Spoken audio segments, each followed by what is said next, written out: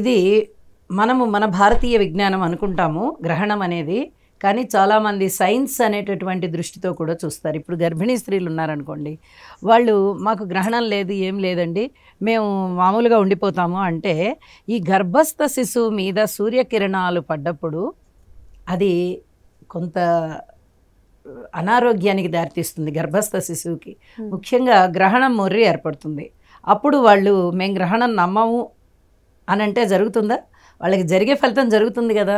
కాబట్టి ఈ గ్రహణానికి సంబంధించి మటుకు ఏ నమ్మకాలు ఎలా ఉన్నా, అది వాళ్ళు ఆస్తికులు అవనివ్వండి, నాస్తికులు అవనివ్వండి, వాళ్ళ దేశంలో మన సంప్రదాయం లేకపోనివ్వండి, 100% నమ్ముతారు. ఎందువల్లంటే డాక్టర్సే చెప్తారు ఇది గ్రహణం టైంలో ఏర్పడేటటువంటి అనాచారం అండి. ఇది గ్రహణం మొర్రి ఈ పై పెదవి చీలినట్టుగానో, కింద పెదవి చీలినట్టుగానో, చెవికి కట్ అయినట్టుగానో, ముక్కు కట్ అయినట్టుగానో, ఇలాగా కొన్ని అవాంతరాలు ఏర్పడుతూ ఉంటాయి గర్భస్థ శిశువు మీద ఆ సూర్యకిరణాలు ఏర్పడి ఆ ప్రభావం చేత.